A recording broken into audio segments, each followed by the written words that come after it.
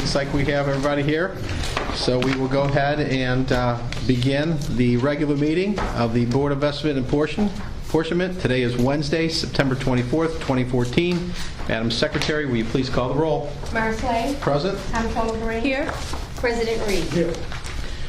Items presented for the first time. Request from the Controller's Office for approval of contracts and leases for various city departments is listed on Exhibit A. Item 2, request from the Controller's Office for approval of intra-departmental and interdepartmental transfers from various city departments as listed on Exhibit B. Item 3, request from the Controller's Office for approval of transfers between projects for capital improvement funds listed on Exhibit C. Item 4, request from the Executive Director slate for approval to add 4 positions to their table of organization as follows. 1 contract supervisor and 1 contract compliance officer, which will be funded with special funding provided by SLDC and are necessary to administer and operate services related to workforce working with contractors to ensure diversity compliance with construction contracts. Item 2, 2 employment and training specialists, 2, 1 funded by Father Support Center for an offender reentry grant, and 1 funded by Cordish Company for recruitment, placement, and retention activities for Ballpark Village. Item 5, request from the Director of Airports for approval of Board Bill Number 115. This ordinance authorizes and directs the Director of Airports and the Controller to enter into and execute the U.S. Bank Concessions Agreement, AL 278. This ordinance contains a severability clause and an emergency clause. Item 6, request from the Deputy Controller's Office for approval of a Board Bill, number unknown. This ordinance authorizes the establishment of a green community program for the purpose of making low-interest home loans for energy-efficient projects and public buildings, energy conservation projects, and to issue and sell in 1 or more series its qualified energy conservation bonds, energy efficiency program, Series 2014, on an aggregated principal amount not to exceed $3.9 million. Item 7, request from the President of the Board of Public Service for approval to add 1 civil engineer and eliminate 1 engineer technician from Program 03, Fund 1116. That's the extent of the items presented for the first time. Do we have any additions, corrections, deletions? Okay, I'll entertain a motion. So moved. Okay, it's been moved and seconded. I'll take that as a motion to approve items 1 through 7 as printed. And so it's been moved and seconded. Any discussion? If there's no discussion, we'll take a vote. All those in favor indicate by saying aye. Aye. Aye. The ayes have it. It's unanimous. Items 1 through 7 have been approved.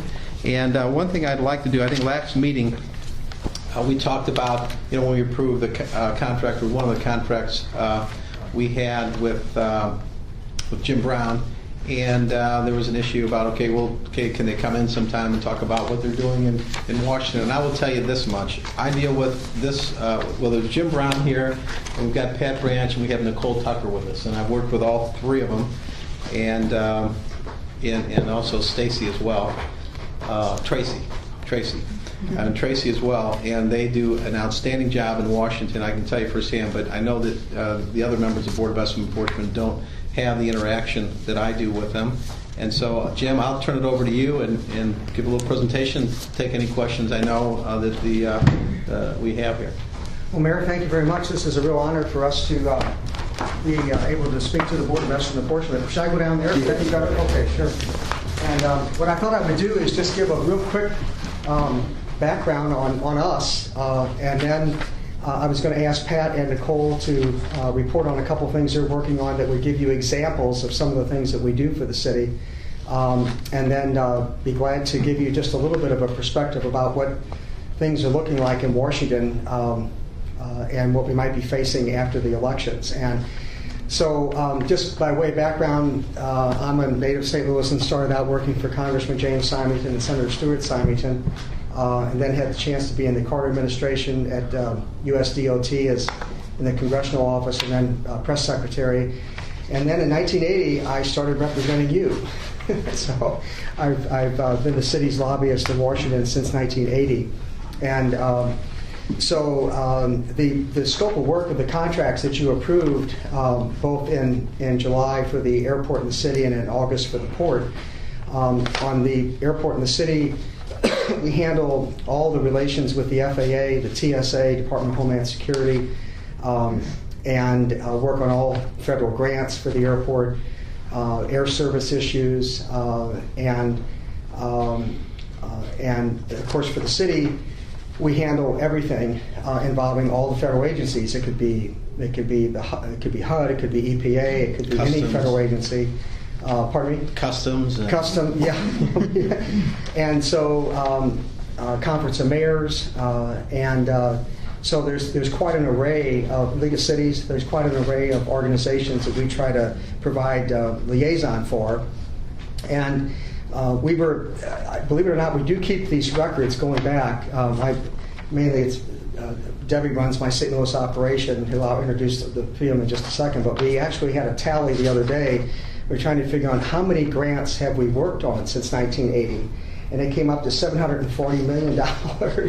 So I'm not claiming that we delivered $740 million to the city, but we worked on helping you and your officials going back. Make all sure that, time. at least make sure that we have a good shot at getting it. I mean, even if you're not the one solely responsible for bringing it home, you're dogging it because there's a lot of competition up there in Washington, and we need to have somebody there that knows what's going on, making sure that we got our foot in the door and that nothing slips by. Well, thank you. Well, I'm going to actually hand that right back to you because our two of these grants were you probably heard the term Tiger grants, they're transportation infrastructure grants. And the first one we got for $25 million was after the mayor made a very impassioned plea to the White House and DOT about the Arch City River, which is the grant that's covering the I-70 finally, so we'll have a green stretch going across 70. The other Tiger that, fortunately, and this one was really $9 billion in applications for $600 million to give out. And we landed one last week, which the mayor also met with the White House and DOT about at the Conference of Mayors meeting in June. And that was for the Cortex Metro Station, which is direly needed. And with IKEA coming in and so forth, that grant is going to be fantastic. And the point you made on both of those grants when you were pitching them that really resonated, I think, was that the $25 million is helped generate a $350 million Arch City River renovation. The $12.5 million, the $10 million grant out of the 12.5 application for the Cortex Metro Station, that, as we all know, with IKEA coming in, that's going to help generate with the Cortex incubators millions and millions of dollars of additional funds. And they really like the fact that we bring them grants that make sense and they generate a lot of private dollars. And so that's really significant. What I will say is, yeah, I did make those presentations and I was in those meetings, but this group, they set it all up. They make sure we talk to the right people, that are in the right positions, so that I don't, that when I have a meeting with somebody, you're talking to the right person, and they also help with messaging too, because they know what these organizations are looking for. So, thank you. Well, thank you. And then just a couple other quick examples, and then I want to ask Pat and Nicole to comment on what they're working on. But one grant that Susan and I worked on a lot was the $42 million TSA grant for the what they call the inline baggage explosive detection equipment out at Lambert, and that finally. That was over 3 years ago, but we finally got the big Volkswagen-sized machines out of the lobby, 2 weeks ago, Susan? Yeah. And now you can go back to the old days of giving them your suitcase, and you can actually kiss it goodbye. It goes down the ramp. And hope to see it again. You hope to see it again, but don't count on it. Yeah. That's right. Don't put your car keys in the suitcase. And then there's other grants that we work on with Susan, the discretionary grants. Some of our money at Lambert is entitlement, but some of it is discretionary grants where we have to go in and make our case. And there was a recent one for taxiway and apron work and so on.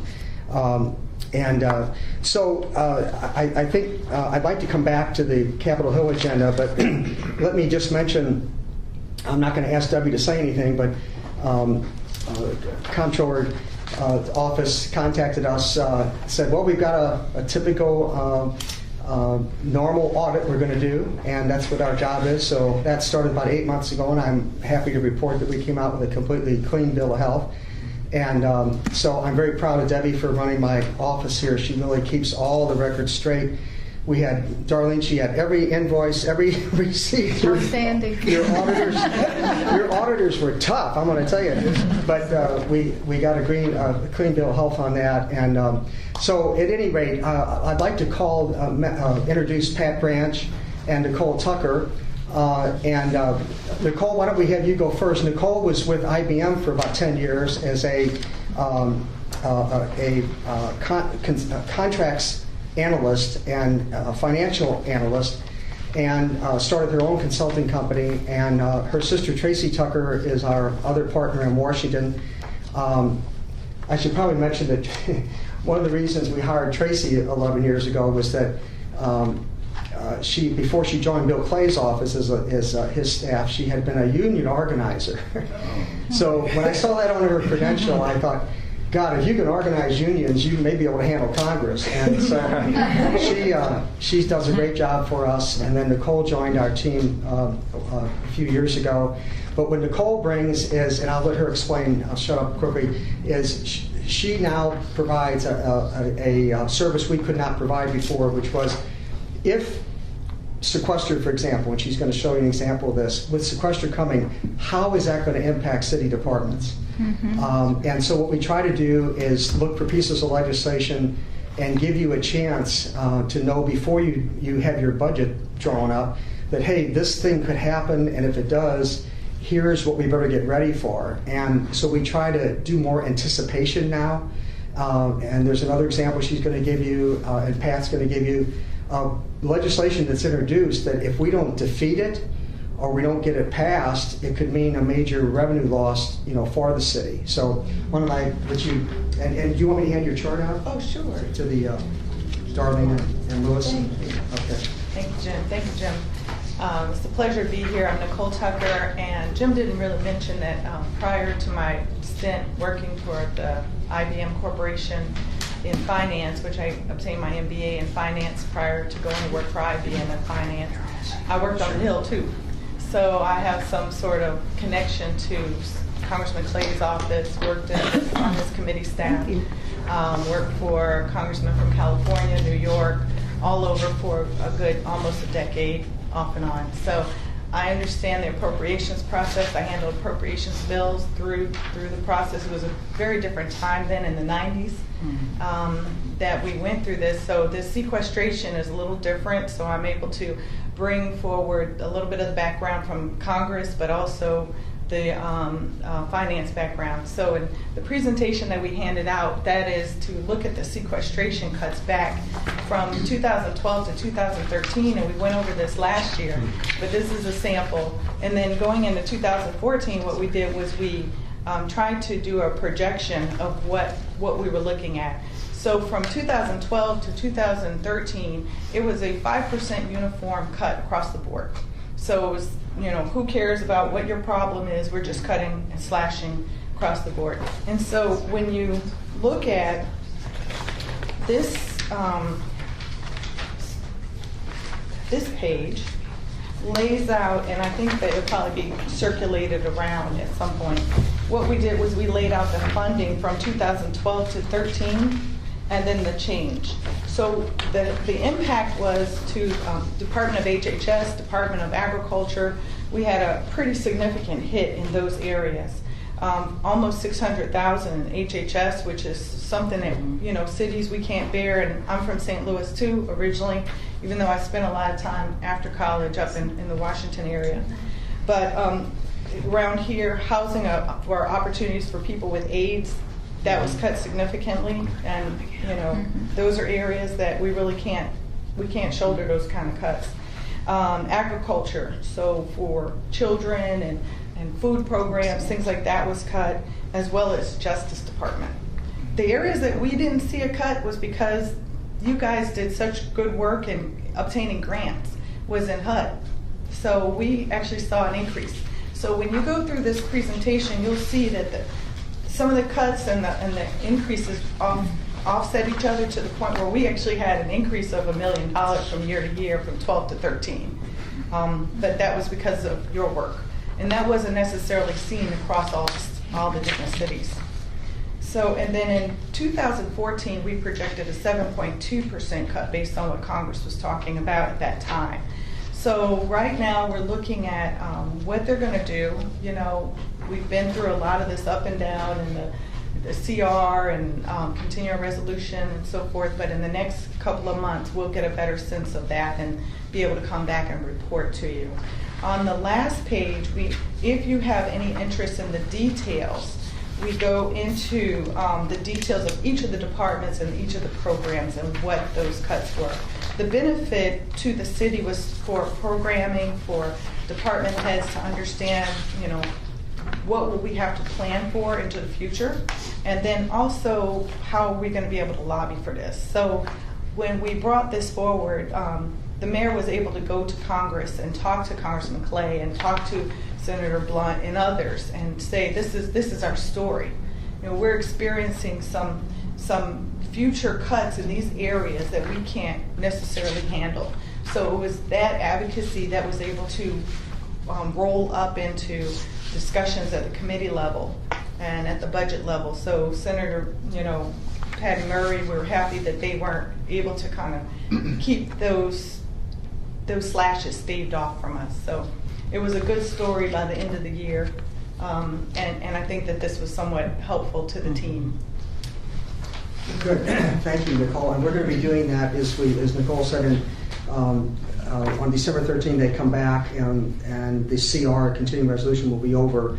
And then we're facing, a lot of people forget that this was not a 2-year sequestration, it was a 10-year sequestration. And the Murray-Ryan budget deal for FY14 and 15 was able to, as Nicole said, they were able to pull back, and instead of the 5 or 6%, it ended up being a 2 or 3% domestic cut, nevertheless a cut. But as she said, in December and January now, she'll prepare new charts. Well, we come in and, I should mention that, Ron prepares meetings for us every December. We come in and we meet with all the department heads and get their agenda and find out what's on their mind, and then we give that to the mayor, and the mayor says, okay, this is what we're going to try to do for the next year. And then he comes in January to the conference of mayors meeting and attends that meeting, but almost more importantly, we use that chance to go to Capitol Hill, and he presents the city's agenda for the next year then. And it's critical that we have this filtering process, because as much as we'd like to take everyone's case up there, what the mayor tries to do is prioritize, and that's what the congressional people say. They say, okay, look, you got 14 things on your list here, so rank these 1 to 14. And you know, that's not our job, and it's a tough decision for him. But you have to tell him what you know are the top priorities. And so, great. Why don't we, Pat? Why don't you give your 2 or 3 examples of because they also go to a lot of our stories these days are financial, and they're going right to the bottom line, unfortunately. I'm usually the person that's the liaison for the city with the U.S. Conference of Mayors, and we get together every week and talk about issues of concern to each other. And we use the Conference of Mayors to help us in building coalitions around issues that are important to St. Louis. For instance, there was a workforce, a mobile workforce bill that would end up having an impact on the city's gross receipts by $48 million a year. We did all the research. We worked with other people on the Conference of Mayors to find out which other cities had the same type of problem, and we formed a coalition. We met with the committee folks, having jurisdiction over the issue, and then we also, which was actually the Judiciary Committee, even though it was a tax issue, it's like interstate commerce. And then we met with the sponsor of the legislation and let him know what the impact would be on cities. And what they discovered was that they were focusing on just uniform collection, by states, and they didn't know it had an impact on cities. And when we brought that to their attention, they didn't move forward with the bill at all. Then the Congress changed, and the Republicans came in, and the bill started moving very quickly. We took it to the Conference of Mayors. We took it also to the National League of Cities. We took it to the National Association of Counties. And we got everyone on board, in addition to a number of about 50 cities, including the Ohio League of Cities and the Michigan League of Cities, because we had Ohio and Michigan representatives on the committee that were making the decisions on it. Well, to make a long story short, we won. We killed it the first time. The second time, we were able to get the impact out, and there was no reference to cities whatsoever in the legislation. So it did pass the House, but it died in the Senate. But we're keeping our eyes on it. The other thing is that as Jim indicated, we meet with the various department heads when we come here in December or November and find out what their concerns are. Well, there was one that ended up on the federal agenda, and that was policing in the public housing developments. And what happened was we worked very closely with the St. Louis Public Housing Authority, and the mayor met with Senator Blunt and Representative Clay and McCaskill when he was in Washington, and told him that the new regulation would prohibit us from using certain funds from the HUD monies to pay for policing in and around public housing developments. Yeah. So that meant for St. Louis that we would lose $1 million, and we would lose half of the 35 police officers, community police officers that were policing about 4 different public housing units within public housing buildings within our city. So what we did was, when the mayor was, after he met with members of Congress, we also had an appointment with the Assistant Secretary of HUD for Public and Indian Housing, who had jurisdiction over this type of rule. And we made our case with her on that. At the same time, our strategy was to have the Public Housing Authority to send an official request for a waiver of that regulation based on some of the information we provided them, some of the good things that have happened here in the city and how crime had reduced in those areas and how it was a public safety issue. And so we had the members of Congress weigh in on that. Well, that didn't work. The HUD secretary said that they didn't have the statutory authority to grant us that waiver. So the mayor went to Senator Blunt, who's on the Appropriations, the Senate Appropriations Committee, and we would all work together to formulate some language. The Republicans worked with Blunt worked with the Republicans and Democrats on the HUD Appropriations Committee. They even we went back and forth on language with the Housing Department HUD, and so finally we were able to get language in the appropriation bill that's now pending that would allow us to use the funds that we were using before. And we got the Conference of Mayors to weigh in too. Yes, we got the Conference of Mayors. I brought a resolution in, but the key is here. What happened is they did a regulation and it had unintended consequences. And the unintended, see, we not too long, I guess somewhere around 2002 or so, the city entered into a contract with the Housing Authority because they were contracting out the security service, and they were terrible, okay? And they were not very effective. So what we worked an arrangement with the St. Louis Police Department where the police would provide so many officers, community policing officers in the Housing Authority properties, and the police department, then the housing authority would pay the city and reimburse us for that, and it worked out great. Again, there was better police, they were safer.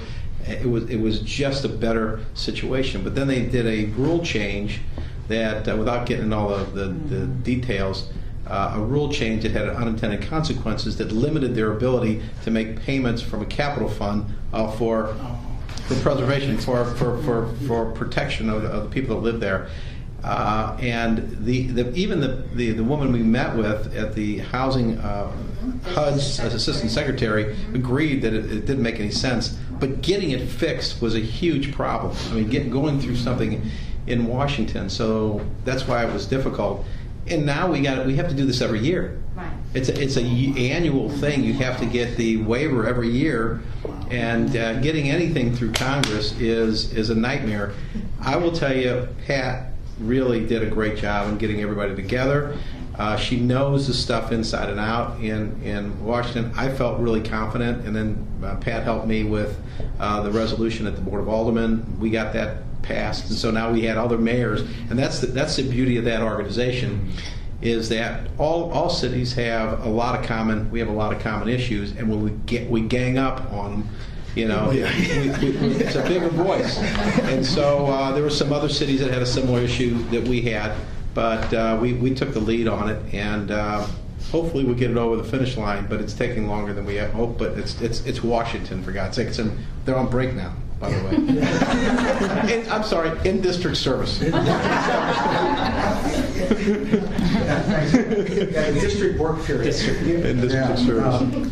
So anyway, we could take up the next hour giving you different examples. So I think we've gone on too long, but I failed to mention our work for the Port Authority, and that we've represented them for many years too. And that contract covers the Army Corps of Engineers, a lot of water resources work, the Mississippi River Cities Initiative, which you're leading now, and which is headquartered here in Otis's office.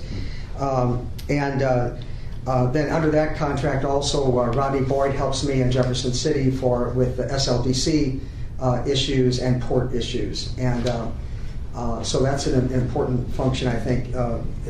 It also covers our efforts right now to try to hold on to the Geospatial Center to make sure that doesn't get moved out of the city. And so there's a lot of issues that we work on that are port SLDC on that arena.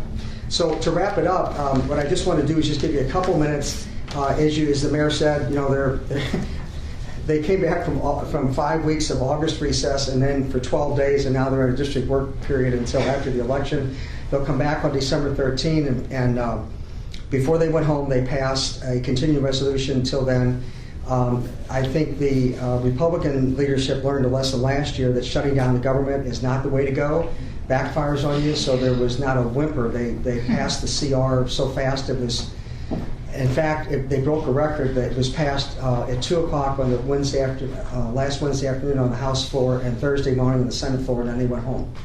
And they gave Obama permission to deal with ISIS, and then they went home. So when we come back in January or December, and as we move into the new year, the thing we're frightened of, to mention ISIS, is that we hear this sucking sound of money flowing from domestic programs, HUD, EPA, DOT, you name it, Justice, over to DOD, and because of ISIS and the collapse of the Iraqi army. So we're really concerned that, as Nicole mentioned earlier, when they get ready to deal with the new round of sequester for FY16, we're dealing with FY15 now, and the Murray-Ryan deal was, they kind of didn't hurt us too badly, was FY14-15. So the sequester will be battling to try to save money for domestic programs for the FY16 bill,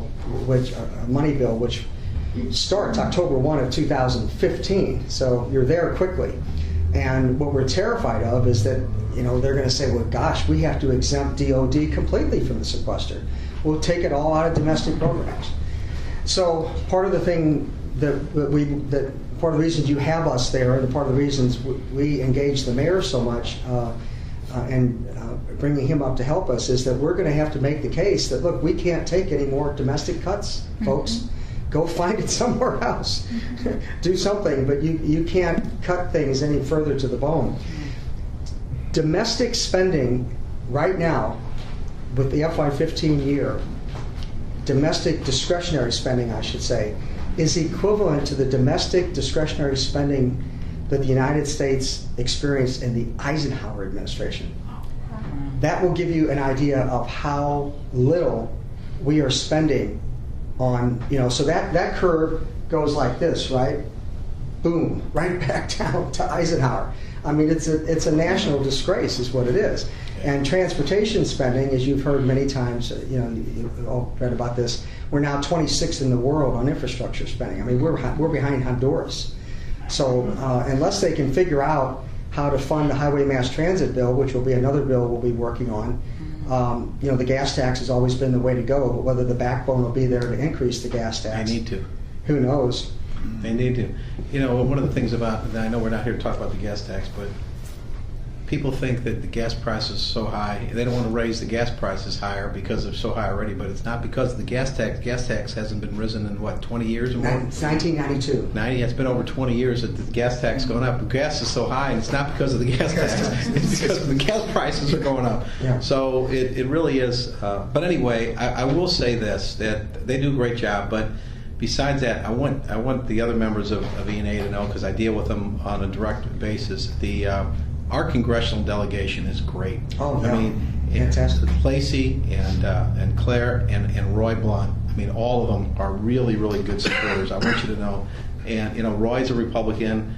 Everybody knows there's not a ton of Republicans in the city of St. Louis. But the day after he got elected, we all know Lacey and Claire very well. But I got to really know Roy Blunt well. He called me the day after his election. He said, "Mayor, I'm going to be your senator, and I want you to know that as soon as I get sworn in, I want to come down and visit with you. You tell me what your priorities are, and I'm going to do everything I can to help you." And he's meant it, and he does it. And he calls me on the phone, and he's working on this. So Roy is a Republican. There's some issues he and I will not discuss, but when it comes down to what's going to benefit the city, we'll talk about him all day long, and he's there to help. So I want you to know that as well. That's just information. It doesn't have anything to do with what we're talking about here. But the team that we have representative is very quality. Well, and that's absolutely true. And also, just as an example, on several issues, a couple of the ones that Pat mentioned, the Tiger, and so on, the three of them work so well together that there are many times when we do an email, and it's to all three. I don't remember in years past when I could do that. You always had to do one to this center, one to that center. And that. We can copy Claire, Roy, and Lacey on all, because their staffs work that well together. It was really a blessing for us. And you're so right. I mean, we are really blessed with not only a delegation that works together, but boy, when they take something on, they are tough, and they really will go to battle for you. And we see a lot of. See a lot of other cities and know a lot of other city lobbyists, and we are the real envy on that front. We do have two of the most respected senators in the country. Oh, absolutely. Representing St. Missouri. We really do. Absolutely. They really are too. I mean, on both sides of the aisle, of course. Well, thank you all very much for this opportunity, and we've been going on and on and on. Should we see if there are any questions? Sure. If there's any questions, anybody have any comments, questions? I have more of a statement. I think you guys do a phenomenal job, and it was nice to get an update today. So, Mayor, thank you for bringing me in so quickly for giving an update. Because I don't think people really understand all that you guys do in DC and how difficult the job is and what you continue to deliver. I think we get a great bang for our buck here in the city of St. Louis. Well, thank you. You guys just do an awesome job. So thank you for all the work that you guys do. I know it's complicated. I know it gets more difficult each year, but keep on plugging away. And one of the things I did not get to hear when you gave us an update before was some of how you guys work with the Conference of Mayors. I think that's a nice body to leverage in that way. That makes a big difference. I've been a member there, of course, now. I'm in my 14th year, and I was actually in the White House with the president and 18 other mayors, and one mayor from major cities across America. and one of them gave me one of these. The mayor of Indianapolis gives me one of these. He goes, "Mayor, I hate to bring this up, but you've been here longer than any of us." And I'm looking around the room. I said, "Yeah, you're right." But I will tell you that in my approach to the Conference of Mayors is that I don't want to be president of the Conference of Mayors. Okay, there are some mayors that aspire to do that. It takes a lot of time. This is the city I represent. But I'm at a level of leadership where people know me. I can always, you can get help from other mayors. You can learn a lot from them. So I'm at a level. I'm not going to go any higher. I don't want to be on the executive board. I don't want to be vice president. I don't want to be the president. I'm at a level where people know who I am. I go to enough meetings so that I don't go to every meeting, but I go to enough meetings. So I've got a good rapport with mayors in every major city in America. So, and I think it's good because we learn from each other, and we can also take issues that we have similar interest in and advance them in a more effective way. That's awesome. And one final note, one of the things you said about Senator Blunt, that's exactly right. Right after his election, he called me and said, "Hey, can I come down and go to the Martin Luther King March with you?" I was like, "Yeah." That's the same day he came in to see me. And he went, "Yeah." And we gave him a tour of the city and everything. Yeah, he came into the city, spent the whole day here, Martin Luther King March, and then he and I went to lunch, and we gave him a tour of the thing, and I was shocked. he's all over that NGA stuff, that National Geospatial Intelligence Agency. He's all over it. He was all over it before he got elected. He knew this was coming. I knew it was coming before he got elected. Yeah. It's not really a question, but I guess it is. As you mentioned it, and I guess it sounds like it's a bipartisan situation where they're joining together in support of saving those jobs. Whether it's bipartisan. Blunt is kind of the leader here. Oh yeah. He is. Is that what you're saying? Blunt was out ahead on that before anybody. I mean, I knew it was coming. And it was even during the election that when he was running, he called me and said, "Hey, this is important. This is, we had to kind of keep it quiet at the time because it was going to be long term. They're not even going to make a move until probably 2020, and they actually, delayed it a little bit because of some things going on. But he was on it from the beginning, from the very beginning. So.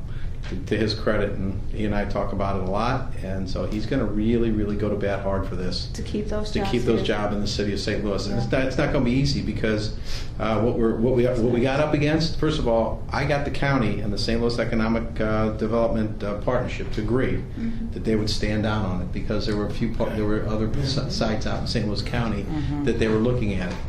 Our biggest competition, because we're all in this together, we're going to retain the jobs where they are. That's what the Economic Development Partnership's about. But what we have to worry about is across the river, because Scott Air Force Base is over there, president's from Illinois, there's a lot of political power in Illinois.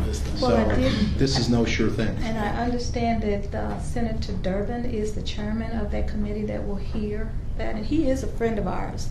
Right. And, Yes. But of course he represents Scott. He represents Scott, believe me. Now, there's an impressive senator there. He's a guy that's been around a long time. And I think, you put him in if you ever had a boxing match with somebody else, he's the kind of guy you want on your team. Absolutely. Believe me. So it's going to be, this is not going to be an easy thing. We got to really, really make a good case, and this is our number one priority. Well, we're pushing it. Well, and to your point, Comptroller, that we really are blessed with a nonpartisan approach. I mean, and even Ann Wagner also is many times right there with us, and philosophically, here and there, but generally speaking, she listens, she's accessible. So we have a good delegation, and they do work together. And I think if the Senate does flip over Republican, which right now it's going to be so close to where some of us are betting that Joe Biden will just be planted in the president's seat for 2 years because it'll be 50-50 and he'll have to break the tie for 2 years. But if it does flip over Republican, I think Senator Blunt moves up the leadership ladder, and as the mayor said, we're very well represented with him. And so as you point out, it really is a bipartisan approach, and we're very blessed because there are a lot of cities that don't have that. It's really great to have it. So Well, thank you again very much for this All right, no, presentation, thank you. for this This was chance helpful. to I know it was helpful. present to you all, and anytime you want us to come back for an update, we'll be glad to do it. Yeah, and if Thank anybody you has to any the team. questions too about, as we go through, if there's something going on that you're interested in Washington or you want to know what's going on, let us know, or even let Jim know, because he's always easy to get a hold of and certainly has a pretty good idea what's going on.